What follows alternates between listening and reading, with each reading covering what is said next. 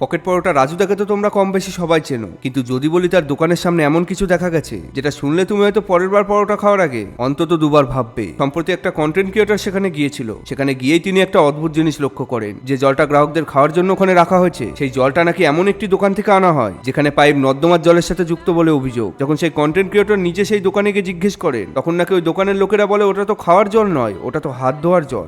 নর্দমায় pipe পড়ে আছে। বলছি আপনাদের এখান থেকে যে নোংরা পাইপ দিয়ে খাবার জলগুলো নিয়ে যাচ্ছে, আপনারা কিছু বলছেন না? ওটা তো অস্বাস্থ্যকর।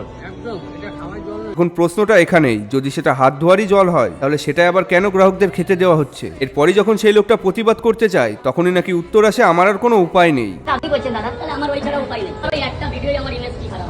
এরপর এও বলে তার থেকে বড় কথা, আপনার এই একটা ভিডিও থেকে আমার ইমেজ খারাপ হয়ে যাবে। মানে ব্যাপারটা এমন দাঁড়ালো স্বাস্থ্য আর পরিচ্ছন্নতা নয়, ইমেজটাই আসল চিন্তা। এরপরই সেই কন্টেন্ট ক্রিয়েটর একটা খাবার প্যাক করতে বলেন। যখন সেই গরম তরকারি একটি প্লাস্টিকের প্যাকেটে দেওয়া হচ্ছিল তখন তিনি বলেন, তরকারি প্লাস্টিক আমি নেব না, এই প্রতিবাদ করি। কিসের জন্য নেবেন? কিসে নেবেন আপনি? এই তো বাকি এনেছি। এটা রাখুন। এটা আমাকে ভালো করে দেন। গরম তরকারি আমি প্লাস্টিকে নেব না, আমাকে এই প্লেটে দিন। কিন্তু দুঃখের বিষয় হলো আশেপাশের কিছু লোক বলছিল এতে সমস্যা কি। আমি বলছি সমস্যাটা কি। গরম খাবার প্লাস্টিকে রাখলে সেখান থেকে ক্ষতিকর রাসায়নিক খাবারের সাথে মিশে যেতে পারে। আজকাল সোশ্যাল মিডিয়ায় একটা নতুন নিয়ম হয়েছে, যদি ফলোয়ার্স বেশি হয় তাহলেই নাকি সবকিছু ঠিক, গায়ে টাচ করবেন না। গরিব মানুষের খাবার দিতে গিয়ে আপনি এরকম করছেন। আর যদি তার ভুল নিয়ে কেউ প্রশ্ন করে তাহলে সেই হয়ে যায় ভিলেন। কিন্তু একটা কথা মনে রেখো, ফলোয়ার্স দিয়ে হয়তো ইমেজ বানানো যায়, কিন্তু পরিষ্কার খাবার না দিলে বিশ্বাস টিকিয়ে রাখা যায় না।